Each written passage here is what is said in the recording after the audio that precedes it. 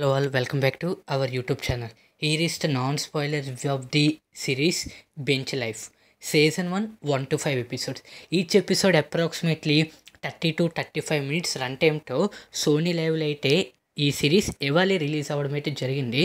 So written and director by Manasa Sharma and producer by Niharika. So ఇది second first ఏంచి committee కుర్రోళ్ళకి produce చేశారు నిహారిక గారు. సో ఇది సెకండ్ వెబ్ సిరీస్. సో చూసిన తర్వాత అంతగేం నాకు నచ్చలేదు. అలాగని కాన్సెప్ట్ వైజ్గా చూసుకుంటే మాత్రం బాగుంది. మంచి కాన్సెప్ట్ సెలెక్ట్ చేసుకున్నా కూడా ఆ స్క్రీన్ ప్లే ఒకటి, డైరెక్షన్ ఒకటి కొంచెం క్లమ్జీగా ఉంది.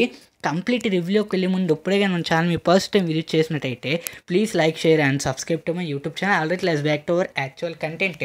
యాక్టర్స్ అంటారా, Tanikella Bharani, Rajendra Prasad, Vaibhav, Ritika Singh and Niharika and finally Nayan Sarika.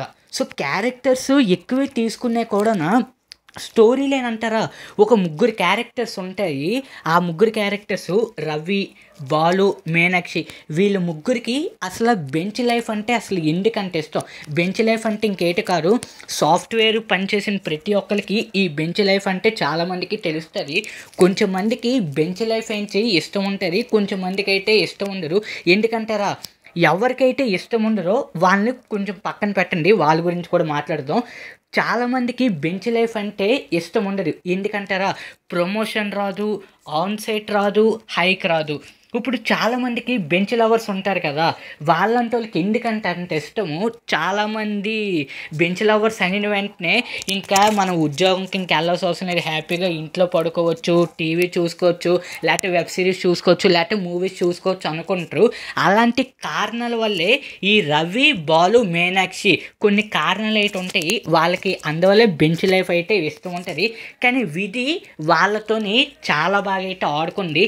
అది ఎలాగ ఆడుకుంది, ఆ విధి వీళ్ళతో ఎలాగ ఆడుకుంది అది తెలియాలంటే ఈ సిరీస్ మాత్రం మీరు 100% చూడాల్సిందే.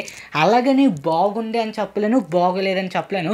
జస్ట్ వన్ టైం ఏదో ఖాళీ టైంలో చూసి హ్యాపీగా ఈ వెబ్ సిరీస్ చూసుకోండి. అలాగే ఇందులోని నిహారిక గారు కూడా one of the character. So series చూసిన తర్వాత మీకు అర్థమవుతుంది.